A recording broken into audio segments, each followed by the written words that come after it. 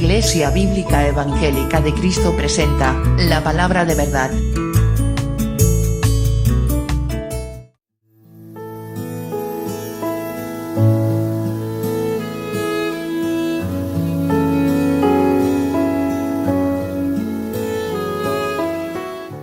Hoy voy a compartir, como se suele decir, ¿verdad?, las exhortaciones, los palos que yo me llevo esta semana. La verdad que me he sentido bastante exhortado preparando este sermón. Y gloria al Señor por ello, ¿verdad?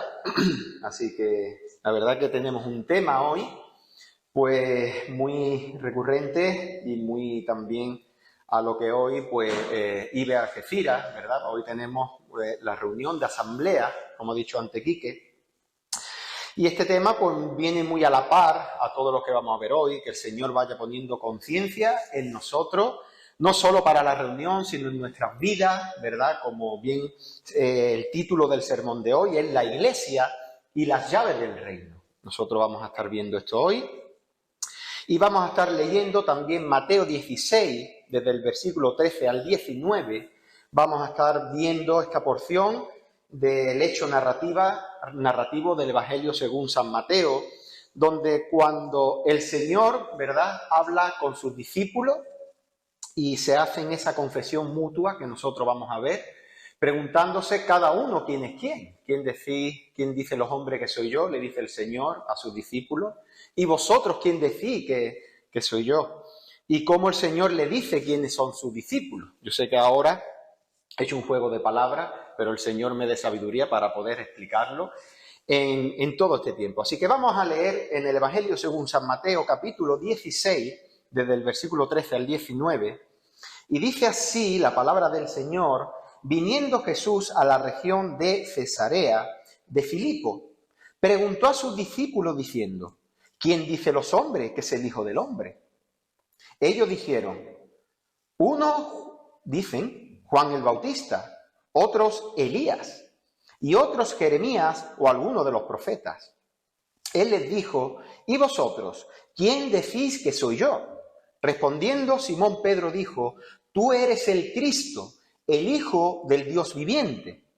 Entonces le respondió Jesús: bienaventurado eres, Simón, hijo de Jonás, porque no te lo reveló carne ni sangre, sino mi Padre que está en los cielos. Y yo también te digo que tú eres Pedro, y sobre esta roca edificaré mi iglesia, y las puertas del Hades no prevalecerán contra ella. Y a ti te daré las llaves del reino de los cielos, y todo lo que atares en la tierra será atado en los cielos, y todo lo que desatare en la tierra será desatado en los cielos. Padre bueno, Señor del cielo y de la tierra, te damos gracias, Señor, un día más por tu amor, tu paciencia y tu misericordia con nosotros. Gracias, Señor, porque solo tú y tu misericordia permites que en esta mañana podamos oír tu voz. Por eso te pido, Señor, que me anules a mí y lo que yo soy, Señor, y que únicamente esta mañana se escuche tus santas escrituras. Trata con mi corazón, con la de mis hermanos, con cualquier oyente que pueda oír este sermón. Oh Señor, y pon conciencia por medio del poder de tu Santo Espíritu en cada uno de nosotros. Dame sabiduría, Señor, para poder explicar tu palabra, para poder entenderla y que en todo tu nombre sea glorificado. En el nombre de Jesús te lo pedimos. Amén. Pues muy bien, nosotros, como hemos leído ahora, nos encontramos ante una de las declaraciones, hermanos, más importantes que Jesús le hace a sus discípulos. Una declaración que, como vamos a ver hoy, es la enseñanza de Jesús a sus discípulos para que ellos se entendieran sobre qué roca iba a estar fundamentada su iglesia. Nosotros nos podríamos hacer preguntas hoy como ¿qué somos? ¿Qué es la iglesia? Nosotros lo vamos a estar viendo. ¿Qué hago yo aquí sentado? ¿Es necesario venir a la iglesia? ¿Qué confesión es la que hace Pedro a Jesús y Jesús a Pedro? Vamos a ver si esto realmente la Iglesia Católica Romana puede adaptar este texto para ello y decir que Pedro fue el primer papa o no. Vamos a estar viendo todo esto.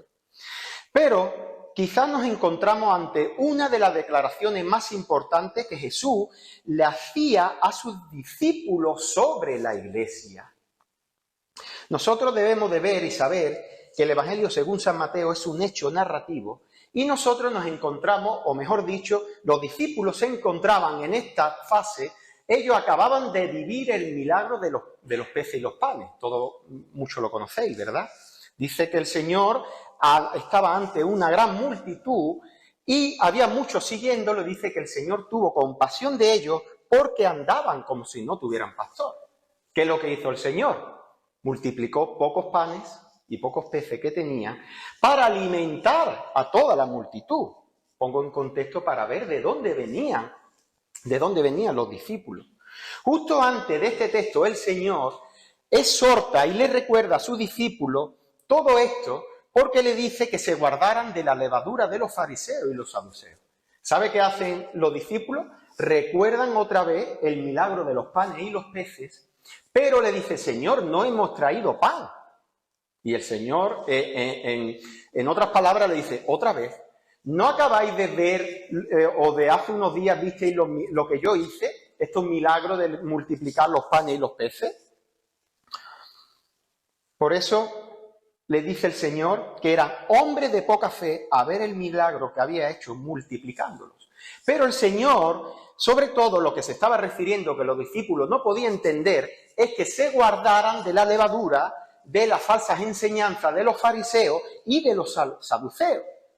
Sobre todo nosotros tenemos que ver que ahora, en el tiempo que nosotros nos encontramos en nuestro texto, en el Evangelio según San Mateo, versículos 16 y el 13, era un momento crítico en la vida de nuestro Señor. ¿Por qué? Porque el ministerio público en Galilea, ya el Señor en Galilea tocaba su fin, y pronto comenzaría nuestro Señor el viaje hacia la cruz.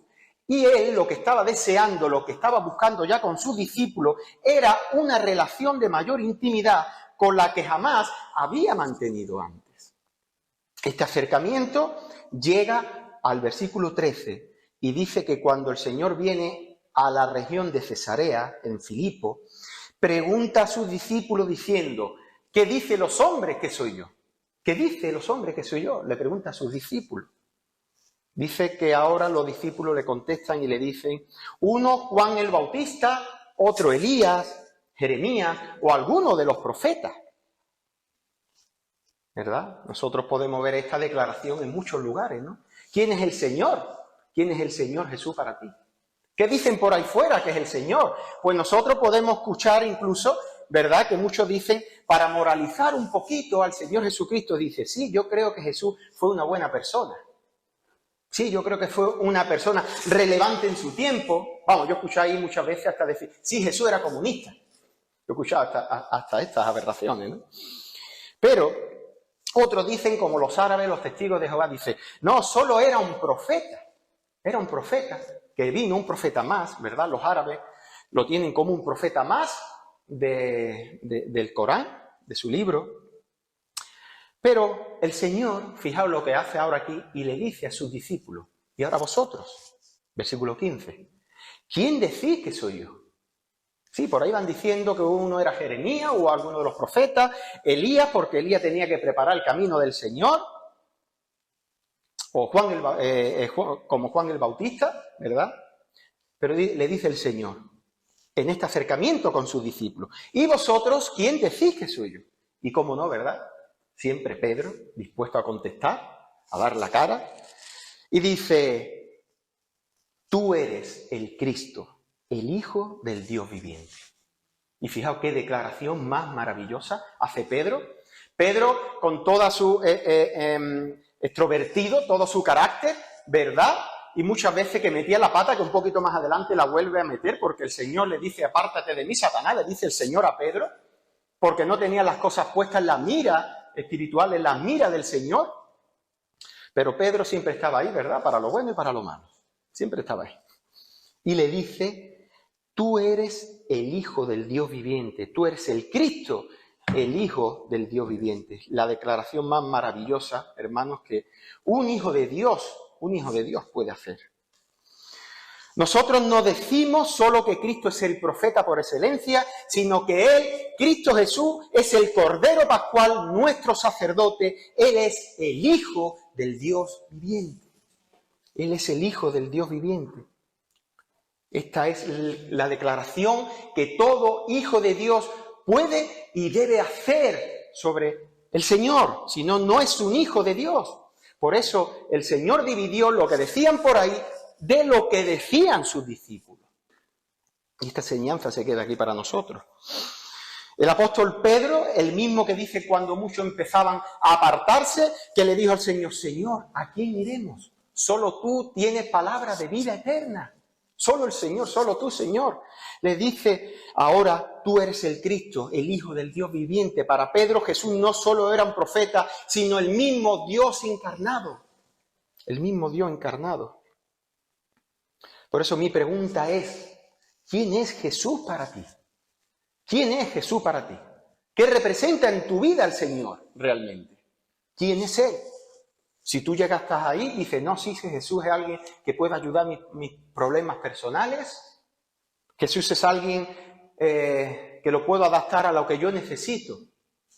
O no, simplemente es decir como Pedro, Señor, tú eres el Cristo, el Hijo del Dios viviente. El Hijo del Dios viviente. Y fijaos lo que le dice el Señor en el versículo 17. Bienaventurado eres Simón, hijo de Jonás, porque no te lo reveló carne ni sangre, sino mi Padre que está en los cielos. Le dice el Señor esta palabra, bienaventurado, en el original griego Macarios, quiere decir felicísimo, gozoso.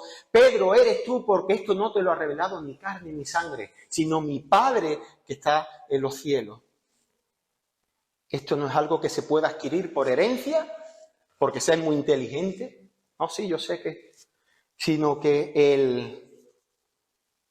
el que tú lo creas y lo adoptes de todo corazón, esto solo puede ser revelado por el Padre en tu corazón.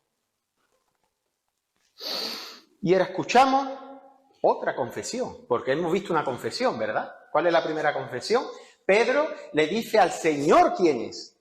Y ahora el Señor, en el versículo 18, dice, y yo también te digo que tú eres Pedro. Ha habido otra confesión, ¿verdad? El Señor le dice, Pedro le dice al Señor quién es. Y ahora nosotros vemos cómo el Señor le dice a su discípulo, lo llama por su nombre. Dice, tú eres Pedro y sobre esta roca edificaré mi iglesia y las puertas del Hades no prevalecerán sobre ella. Y hermanos, nosotros podemos centrarnos ahora ya en esta parte del texto, porque la primera pregunta que nos podríamos hacer es decir, ¿a qué roca se refiere aquí el Señor? Por supuesto, no se está refiriendo a como dice la Iglesia Católica Romana, que se está refiriendo al mismo Pedro, ni que Pedro sea el primer papa. Porque nosotros conocemos por las Santas Escrituras que la cabeza de la Iglesia no es Pedro, mucho menos el Papa, sino ¿quién es la cabeza de la Iglesia? Cristo Jesús. Cristo. Y la palabra enseña que nosotros somos, la Iglesia es el cuerpo. Cristo es la cabeza y la Iglesia el cuerpo. Entonces, ¿cuál es la interpretación correcta de este texto? Ya que no es el Papa, no es Pedro, sino ¿qué acaba de suceder aquí? Pues hemos visto una confesión mutua, como yo acabo de decir. Pedro, como discípulo, como uno más de la Iglesia, acaba de confesar que Cristo es el Hijo del Dios viviente. Nosotros como Iglesia, ¿qué es lo que estamos haciendo aquí? Las alabanzas, cuando nosotros hablamos entre nosotros, cuando predicamos el Evangelio, cuando se predica desde el púlpito, estamos confesando que Cristo Jesús es el Hijo del Dios viviente, es el Salvador, es el Dios que se hizo carne, que se encarnó por nosotros, vivió una vida de obediencia hasta la muerte y muerte de cruz, ¿verdad? Resucitó al tercer día y el Padre a través de esa obra satisfizo su justicia y ahora nosotros somos adquiridos como pueblo. Y como somos adquiridos como pueblo, el Señor nos llama a nosotros por nuestro nombre. Segunda confesión, ¿verdad? Tú eres Pedro. Pon ahí tu nombre. Tú eres mi iglesia. Y sobre esta roca, ¿sobre qué roca? Sobre lo que acaba de suceder aquí, esa confesión mutua, sobre esta confesión, como cuando una membresía. ¿Qué es lo que hacemos cuando alguien se reconoce como miembro del Señor? Nosotros vamos a estar viéndolo ahora un poquito más profundo. Cuando alguien entra en una membresía, ese miembro como iglesia está confesando, diciendo, esta iglesia es de Cristo y yo confieso a Cristo como el Hijo del Dios viviente, y eso es lo que se hace también en un bautismo, ¿verdad? Es una declaración pública. La iglesia, como representante del cuerpo de Cristo, reconoce y menciona a la persona como discípulo del Señor. Vamos a estar viéndolo. Por lo tanto, nosotros podríamos decir, ¿no? Si entramos en el punto número 1, he dividido este sermón en 2 puntos. ¿Qué es la iglesia? Para nosotros ver qué representa la iglesia, tenemos que irnos desde el principio y hacer un recorrido muy rápido por el Antiguo Testamento. Si vamos al Génesis, nosotros primeramente vemos y sabemos que Dios creó a Adán, ¿cómo lo dice Génesis que lo creó? A su imagen y a semejanza. Dios crea al hombre a su imagen y semejanza. Dios crea a Adán a su imagen y semejanza. Y por lo tanto decimos que Adán era creado como representante de Dios en la tierra. Cuando Adán caminaba por el huerto del Edén, era el representante de Dios. Él representaba a Dios en la tierra. Pero ¿qué es lo que sucede? Adán peca y pierde ese derecho a causa ¿de qué? De su pecado. Por lo tanto, Adán es echado fuera del huerto del Edén y pierde el hecho de ser el representante de Dios. No quiere decir que el hombre haya perdido la imagen y semejanza, sino que todo eso está distorsionado. El hombre sigue amando, pero ama mal. El hombre se aira, pero se aira mal, ¿verdad? El hombre tiene misericordia, pero tiene una misericordia mal.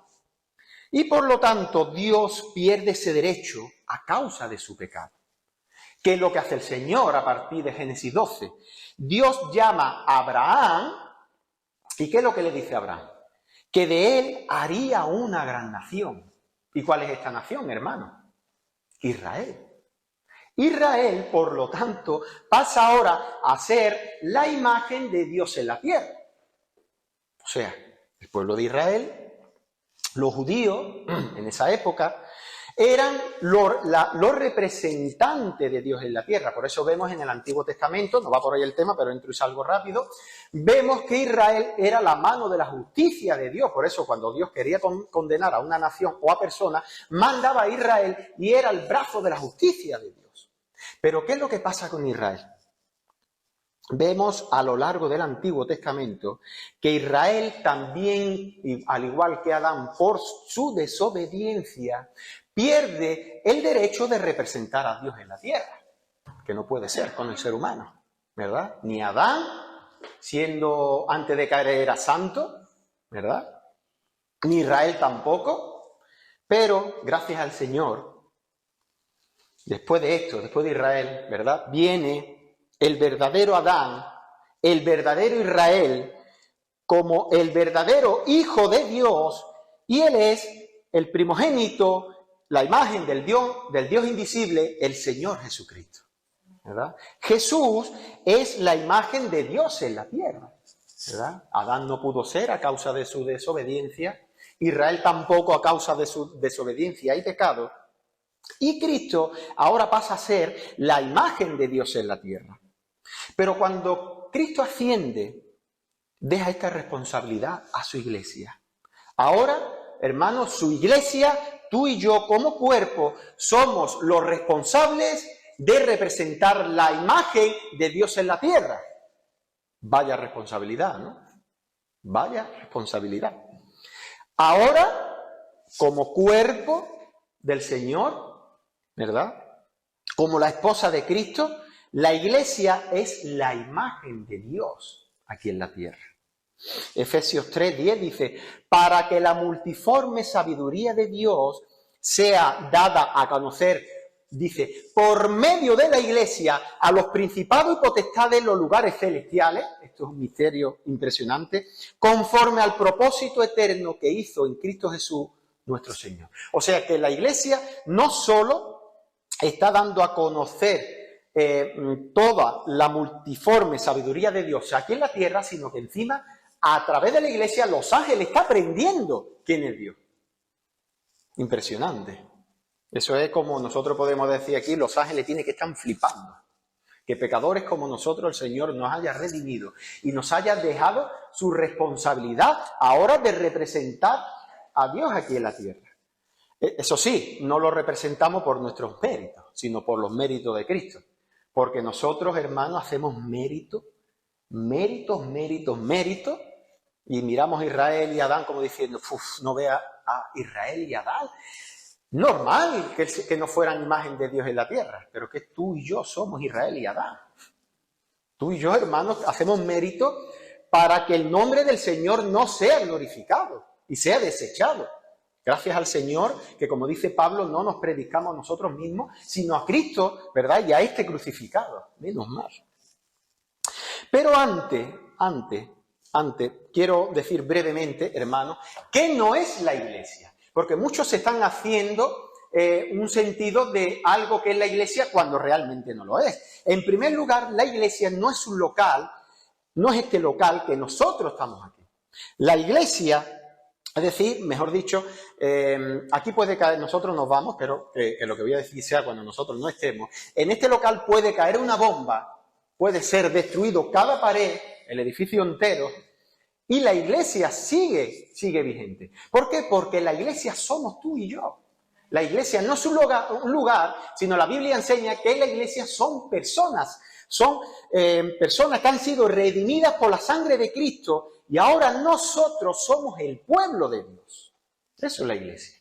Tú y yo somos la Iglesia del Señor. Cabe decir también que la Iglesia no es un lugar donde yo vengo un domingo a desahogarme como una terapia psicológica y yo ya no sé nada hasta el domingo siguiente. No, eso no es la Iglesia. Me encuentro mal esta semana, tengo problemas, no me va bien mi trabajo, no me va bien no sé qué cosa. Voy el domingo a la iglesia, cuando hay muchos predicadores que yo lo he escuchado, cuando en Estados Unidos cayeron las Torres Gemelas, las iglesias se empezaron a llenar. Pero se empezaron a llenar ¿para qué? En un sentido diferente a lo que realmente estamos llamados. Ya en el momento eso que se enfrió, como está pasando ahora después de la pandemia, muchos empezaron a acudir a iglesias porque ha habido un sentido de conciencia común, pero realmente no han ido a lo que realmente la necesidad del ser humano tiene. Por eso muchos vienen el domingo a la iglesia buscando tener una experiencia sobrenatural, pero sin querer tener un compromiso con ningún miembro y sin querer tener responsabilidad de ningún tipo. Y eso no es la iglesia. Como si fuese un buffet libre, ¿verdad? Hoy voy a coger un poquito de emoción, un poquito de trabajo, porque es que estoy mal, lo estoy pasando mal. Y quiero ser sensible, yo sé que lo pasamos mal. El tema es que me quiero centrar realmente y quiero decir realmente qué es una iglesia. Por lo tanto, tampoco la iglesia es donde mis problemas van a ser solucionados, ¿verdad? Muchos por eso llegan, están un tiempo en la iglesia y luego se apartan y dicen, han apostatado de la fe. No, el tema es que nunca han entendido lo que es el Evangelio. Nunca han entendido la verdadera necesidad que tiene el ser humano. Y no es otro, es que si tú no estás de parte de Dios, estás en contra de Dios. Si el amor de Dios no está sobre ti, está la ira. Está la ira del Señor. Si el Señor no te ha amado, tiene un problema. Porque el Señor dice que aborrece a todos los que hacen iniquidad. Por lo tanto, ¿qué es la iglesia? Porque si no es un sitio donde yo voy a desahogarme, a hacer terapia, no es un local, ¿verdad? Sino que son personas. Y un ejemplo que yo escuché que me gusta mucho es como la iglesia es un tráiler de la eternidad. El tráiler es lo que muchas veces vemos antes de las películas. ¿No habéis visto una película, no? Que dura 1 hora y media, 2 horas, hay alguna que es 3 horas. Pero el tráiler es lo que tú ves en 2 o 3 minutos, es un resumen de lo que tú vas a ver. Pues la iglesia es el tráiler, es la introducción del reino donde vamos a pasar la eternidad.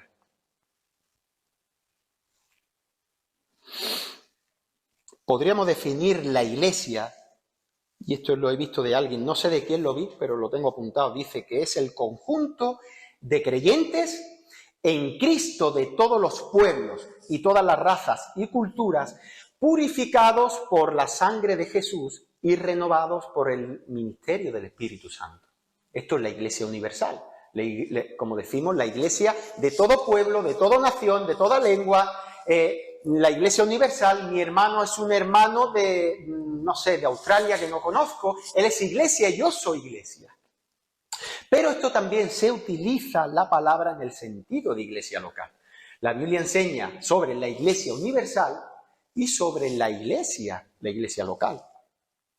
Y hay un ejemplo que a mí me gusta mucho, y es que cuando algún extranjero, es una ilustración para entender lo que es la iglesia, está en otro país, sabemos que hay una embajada, ¿verdad?, que representa el país de este extranjero. Al cabo del tiempo, cuando esta persona tiene que renovar el pasaporte, la embajada lo único que hace es reconocer que eres del país a que pertenece. Por ejemplo, si tú eres español y vives en Francia, la embajada española te estará reconociendo en el país de Francia como español. Y para acreditar esto te da un pasaporte, ¿verdad? Yo estoy en Francia, digo, no, pero yo soy español. ¿Y quién te reconoce español en Francia? La embajada española. Pues bien, la Iglesia podríamos decir que es la reunión de personas que pertenecen al reino de Cristo, reconocida por la Iglesia en otro país, ¿verdad? Porque sabemos que nosotros no somos de este mundo, nosotros somos extranjeros en este mundo. Eso es lo que dice el Señor. Sigo con las ilustraciones bíblicas, ¿vale? Una de las analogías favoritas de Pablo para describir la Iglesia, ¿cuál es? El matrimonio, ¿verdad? En Efesios Pablo hace referencia que dice que al igual que las esposas estén sujetas a sus maridos, la Iglesia debe hacerlo con Cristo. Dice Pablo, así que como la Iglesia está sujeta a Cristo, así también las casadas lo estén a su marido en todo. Y esta analogía, si nosotros primero debemos de entender que el matrimonio, hermanos, no fue constituido, mejor dicho, que el matrimonio no fue constituido porque sí, sino que fue constituido para que a través de la analogía del matrimonio pudiéramos entender el Evangelio, pudiéramos entender la representación que tiene Cristo con su Iglesia.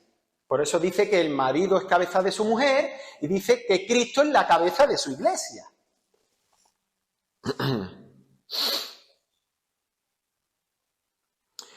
Por lo tanto, ¿os imagináis un matrimonio que dicen que se aman mucho?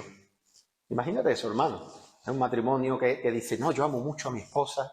Y la esposa dice, yo amo mucho a mi marido.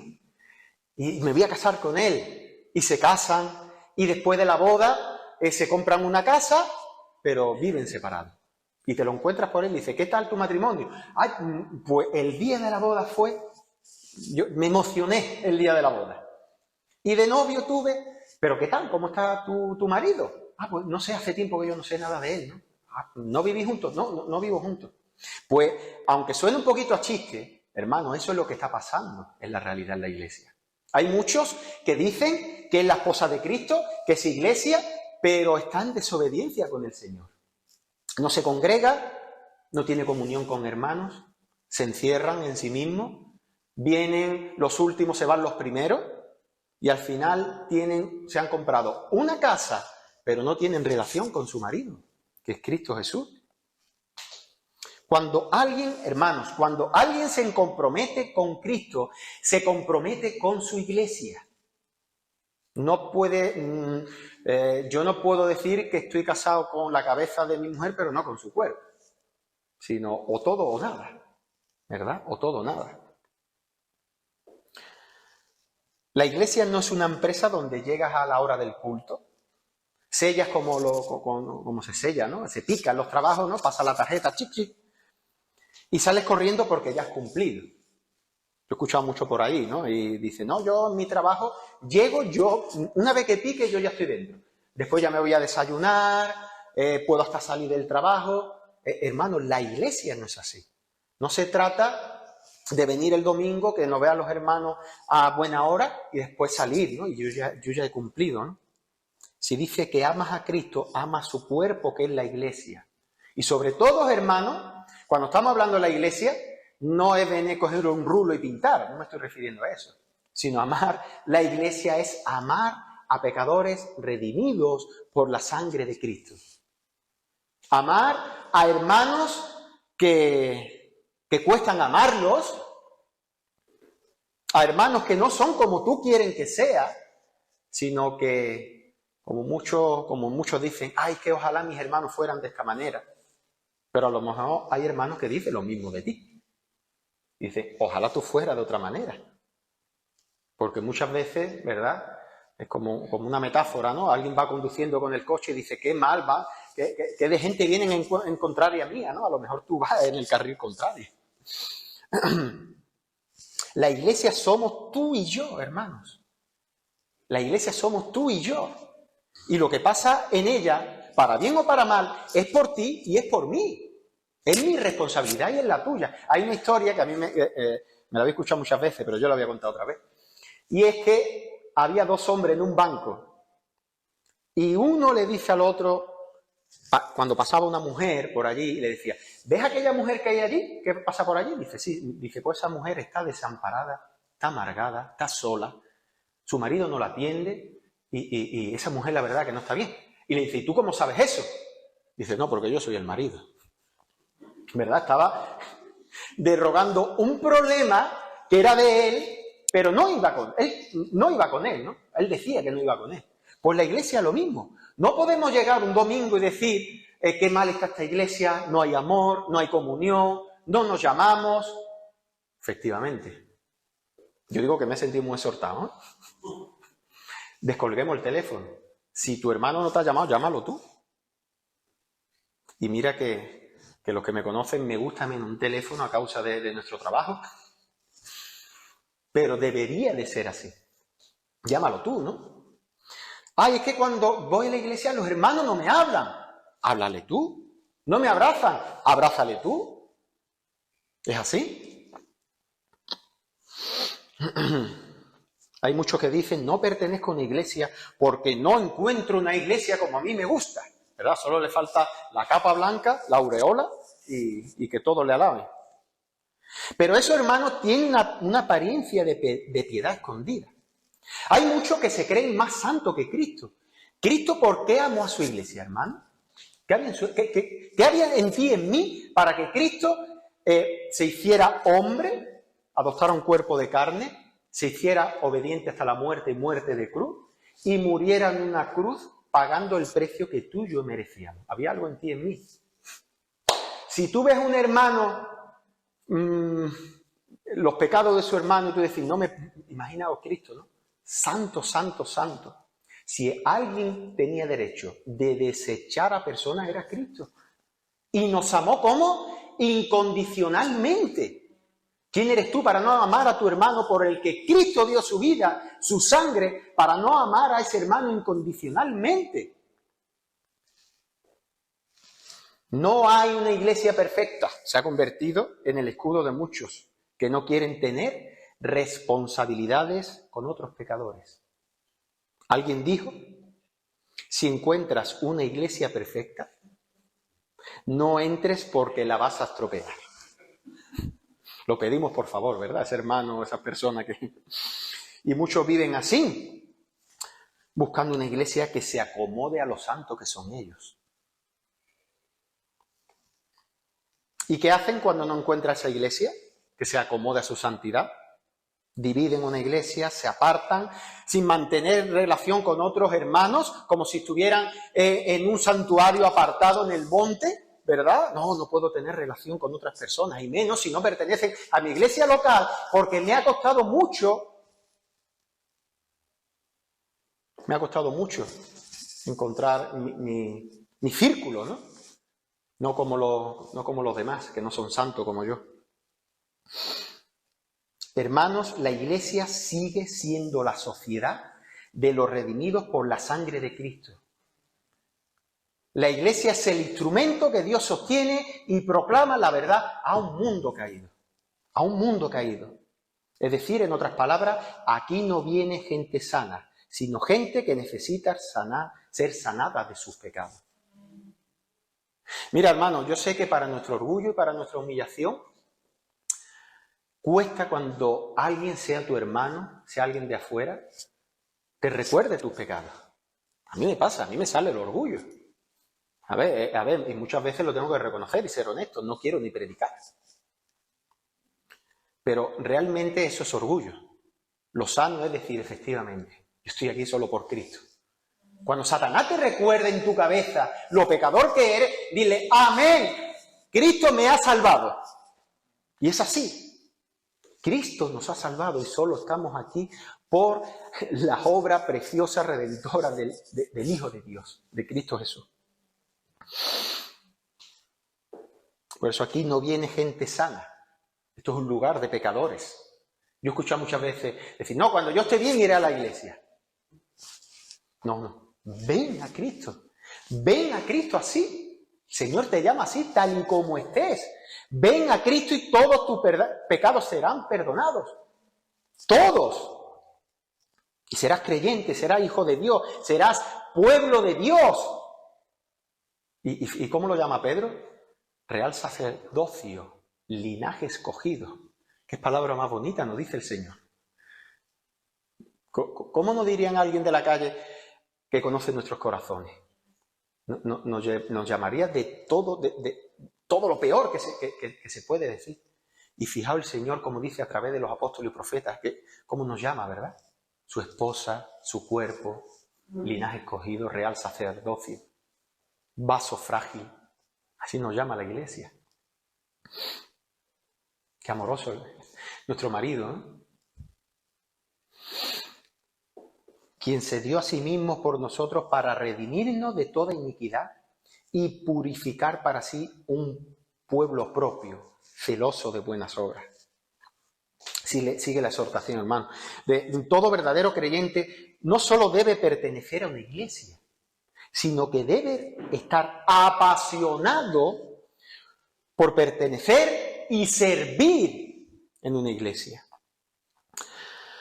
Aquí en IBE Algeciras no vamos a esconder nada.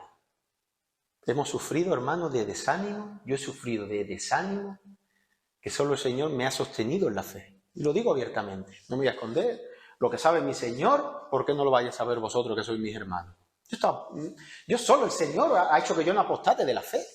Porque un verdadero creyente, el Señor no va a permitir que apostate de la fe, nunca, jamás. Pero me he sentido tentado, desmotivado, todo lo que termine en nada. Pero es así, ¿no? Al fin y al cabo, ¿no? Todo creyente, ¿no? Debe de estar apasionado. No solo venir como un robot. Yo debo reconocer que muchas veces venía como un robot porque tenía que venir. Y esta mañana lo he hablado así en mi casa brevemente. Pero cuando vienen, dice, gloria, y cuando sale muchas veces, ¿verdad? Dice, gracias al Señor que he venido. A veces hemos pasado 5 o 10 minutos nada más, pero eso ha sido por llenarse de gasolina otra vez, escuchar la palabra, el Señor te renueva. Aunque después la sociedad, el mundo, Satanás, nosotros mismos, vamos a empujar para la otra parte, pero gloria al Señor. Gloria al Señor que somos cuerpo y no cabeza. Que nuestra cabeza es la que ha vencido el pecado, a Satanás, a la muerte, a nosotros mismos, a nuestro orgullo, a nuestro ego, y es el que nos domina y el que nos guía.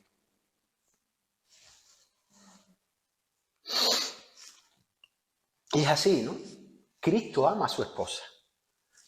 Cristo ama a su esposa. ¿Por qué nosotros no vamos a amar a la esposa de Cristo? Que somos nosotros, incondicionalmente. Y muchas veces, hermanos, estas divisiones y estas cosas pasan cuando una iglesia se queda estancada, incluso cae, es porque se malentiende lo que es el Evangelio. ¿Cristo a qué vino? ¿A aportar o a recibir? Aportar. Aportó su vida, su muerte, su bendición, la vida eterna. Y eso es lo que nosotros muchas veces queremos hacer. Es como si la cabeza es de una manera y ahora el cuerpo quiere ser de otra manera.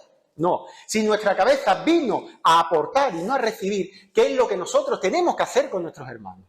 Venir a aportar, como un matrimonio. Muchos matrimonios salen mal porque van a recibir, no a aportar. Y hay uno aquí esperando recibir y el otro aquí. Y tú no me das y tú no me das. No, olvidaros. Cuando en un matrimonio se vaya a aportar y solo aportar incondicionalmente, verá cómo la cosa cambia. Verás la iglesia. Cuando en la iglesia vienes a aportar y no a esperar el abrazo de un hermano, sino yo voy a ser el que voy a abrazar al hermano. No estoy esperando recibir la llamada, voy a hacer la llamada. Si ese hermano, a lo mejor es cosa mía, hoy no ha tenido un buen día, pero como yo no conozco su corazón y pienso que a lo mejor me ha mirado mal o no me ha saludado o está muy distraído o está muy distante, pero como no ha venido a hablarme, yo tampoco voy a ir. No, cuando yo vaya a aportar, oye hermano, ¿estás bien? ¿Todo bien? Sí, perdona hermano, es que he tenido un problema en mi casa. Verá cómo muchas veces cambian cosas, ¿verdad? Entenderemos, cuando entendamos todo esto, entenderemos la responsabilidad que tenemos unos con los otros como cuerpo de Cristo. La responsabilidad que tenemos con las ovejas que están y prepararnos para las que vendrán. Y esto nos lleva al segundo y último punto, las llaves del reino. Como le dice ahora el Señor a Pedro, a la iglesia, ¿verdad? Hemos visto lo que es la iglesia. Entonces dice, a ti, a la iglesia, te daré las llaves del reino de los cielos. Y todo lo que atares en la tierra será atado en los cielos, y todo lo que desatares en la tierra será desatado en los cielos. Quita muy pronto la mirada. Por lo tanto, la iglesia, como cuerpo de Cristo, tenemos las llaves del reino. Eso no quiere decir, y eso hay que tenerlo en cuenta, hermano, que la iglesia es quien decide quién es salvo y quién no. Nosotros no decidimos. Es más, por el simple hecho de venir a la iglesia no te va a salvar. No te va a salvar bautizarte, participar de la Santa Cena, ni siquiera el pertenecer a la membresía de una iglesia local.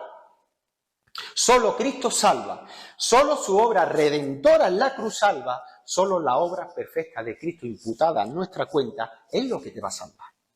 Ahora bien, si tú eres salvo, vas a querer hacer todo lo mencionado anteriormente. Vas a querer venir a la iglesia, te vas a querer bautizar, vas a querer participar de los sacramentos, de la cena del Señor, y vas a querer pertenecer a la membresía, ¿verdad?, de una iglesia. Pero, ¿qué quiere decir, hermanos, que tenemos las llaves del reino y lo que atemos en la tierra será atado en el cielo? Esto es importante decirlo porque hay muchos lugares que se está enseñando esto mal. En primer lugar, atar y desatar no está hablando de que tú y yo podamos atar o desatar demonios. Eso no es lo que está diciendo aquí. Sino que la iglesia, como cuerpo de Cristo, tenemos la autoridad de decir y reconocer quién pertenece al reino de Cristo y quién no pertenece, como lo hace una embajada. Es decir, tú y yo tenemos la autoridad y responsabilidad de reconocer quién pertenece y quién no pertenece. Por eso la reunión que nosotros vamos a tener hoy aquí, lo que más nosotros tenemos que pedir que cualquier decisión que nosotros atemos hoy aquí venga del cielo. No es que nosotros atemos y eso va al cielo, no. Lo que hay en el cielo, si nosotros estamos guiados bajo la palabra del Señor, vamos a atar lo que ya hay en el cielo. Por eso la iglesia tiene autoridad bíblica de decir quién pertenece al reino y quién no. Digamos, de otra manera, que Cristo es la puerta y la iglesia, bajo la autoridad de Cristo, tiene las llaves o el pasaporte.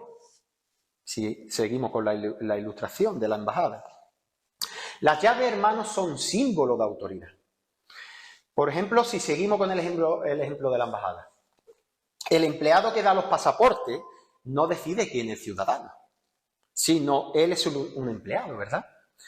Que bajo los estatutos y las leyes otorga el pasaporte de quién pertenece al reino.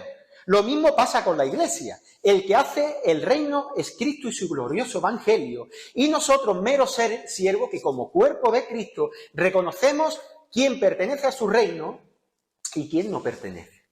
Y de ahí también, por supuesto, la disciplina eclesiástica. También. Por eso la Iglesia tiene la autoridad y la responsabilidad de decir, tú perteneces a Cristo, toma el pasaporte, tenemos las llaves, pero muchas veces, lamentablemente, y será doloroso, aunque muchos pastores no quieren aplicar la disciplina, pero es necesaria de decirle a personas que están en la Iglesia, decirle, bajo tu testimonio y bajo lo que tú estás viviendo, la Iglesia te retira el pasaporte. No podemos reconocer que tú eres de este reino. Y de ahí, por supuesto, hermanos, ¿esto qué va a traer? Esto va a traer persecución. Por eso nosotros encontramos que el Señor no pone esto aquí por casualidad cuando dice que las puertas del Hades no prevalecerán sobre la Iglesia. Hermanos, esto, quiero terminar con esto del sermón, porque esto es un consuelo para nosotros. He puesto mucha responsabilidad, como así la palabra lo dice, de que tenemos la responsabilidad de ser y somos la imagen de Dios en la tierra. ¿Y eso a qué va a llevar? ¿A ser menos perseguidos que nuestra cabeza el Señor? No, vamos a ser perseguidos. Estaremos a lo mejor, habrá hermanos en países que están siendo perseguidos hasta la muerte, por el simple hecho de tener una Biblia en su casa, o en otro sitio como España, siendo perseguidos ideológicamente. Pero la buena noticia, hermano, es que el Señor dice que las puertas de las puertas del infierno no prevalecerán contra la Iglesia. Por esto mismo, la Iglesia, hermanos, tanto aquí como allá afuera, la Iglesia es una luz en medio de una sociedad que habita en tinieblas. Es una sociedad que habita, en medio de una sociedad que habita en tinieblas. Somos luz, hermanos. Y la oscuridad va a querer apagar esa luz. Somos una pequeña luz en medio de una gran oscuridad. Escucha eso, hermano. La Iglesia somos una pequeña luz en este mundo en medio de una gran oscuridad. Es por eso que Satanás, hermano, hará todo lo posible para que puntos de luz sean apagados. Y quiero apuntar a tu desánimo, hermano. Satanás va a hacer todo lo posible. Sea un punto de luz mayor donde hay iglesias con 3.000 miembros, sea un punto menor, a personas me refiero que hayan 6 o 7 miembros, Satanás querrá cerrar cualquier iglesia, aunque tenga que usar a los de adentro. Lamentablemente que muchos ven demonios por todas partes, pero donde primero van a intentar atacar a una iglesia es en el púlpito. Y si no lo consiguen, a hermanos o a personas de adentro. Porque cada vez que cierra un punto de predicación del Evangelio, se apaga una luz en la ciudad. El Señor dijo que un reino dividido no puede permanecer. Por eso la exhortación aquí, hermano, es a estar unidos, ser de un mismo sentir. Pero qué mayor motivación, hermano, lo que dice el Señor aquí, que las puertas del Hades no prevalecerán sobre la Iglesia. Qué mayor motivación saber que a pesar de nosotros, Cristo nos ha dado la victoria. Quique decía la semana pasada sobre la analogía de un partido de fútbol, ¿no? ¿Imagináis eso? Que vamos a echar un partido de fútbol, pero ya sabemos que hemos ganado 5-0. Pues es así. Cristo, a través del Señor, a través de su obra redentora en la cruz, tenemos la victoria. No quiere decir que no tengamos que luchar, pero como vemos en el pueblo de Israel, y decía, Josué, yo te he dado la tierra. Y Josué no decía, pues venga, voy para allá. No, tuvo que luchar. Pues eso se aplica en la iglesia. Nosotros ya estamos en la tierra prometida, ya estamos en Cristo Jesús, pero tenemos que batallar esta guerra que aún no ha sido consumada. El ya, pero el todavía no. ¿Lo entendéis eso, no? Más o menos. ¿Sabéis por qué las puertas del Hades no prevalecerán contra la Iglesia? Porque Cristo ya consumó por nosotros la victoria en la cruz. Colosenses, dice Pablo, y a vosotros, estando muertos en pecados y la incircuncisión de vuestra carne, os dio vida juntamente con él, perdonando todos los pecados, anulando el acta de los decretos que había contra nosotros, que nos era contraria, quitándola de en medio y clavándolo en la cruz. Y despojando a los principados y a las potestades, los exhibió públicamente, triunfando sobre ellos en la cruz. Tú y yo, hermano, vencimos hace más de 2000 años en la cruz del Calvario. Tenemos la victoria en Cristo Jesús. Y aunque seamos una luz pequeña, somos la luz, somos la iglesia, somos el cuerpo, somos la esposa de Cristo. Y esto es porque ya pertenecemos a Dios. Somos el pueblo de Dios.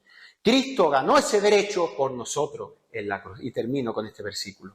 Primera de Pedro. Que lo he dicho antes. Mas vosotros, la iglesia, tú y yo, nuestro esposo. Fijaos cómo nos habla y cómo nos anima. Mas vosotros sois linaje escogido, real sacerdocio, nación santa, pueblo adquirido por Dios, para que anunciéis las virtudes de aquel que os llamó de las tinieblas hacia su luz admirable. Vosotros que en otro tiempo no erais pueblos, tú y yo, pero que ahora sois pueblo de Dios, que en otro tiempo no habíais alcanzado misericordia, pero ahora habéis alcanzado misericordia. Gloria al Señor. Vamos a ver.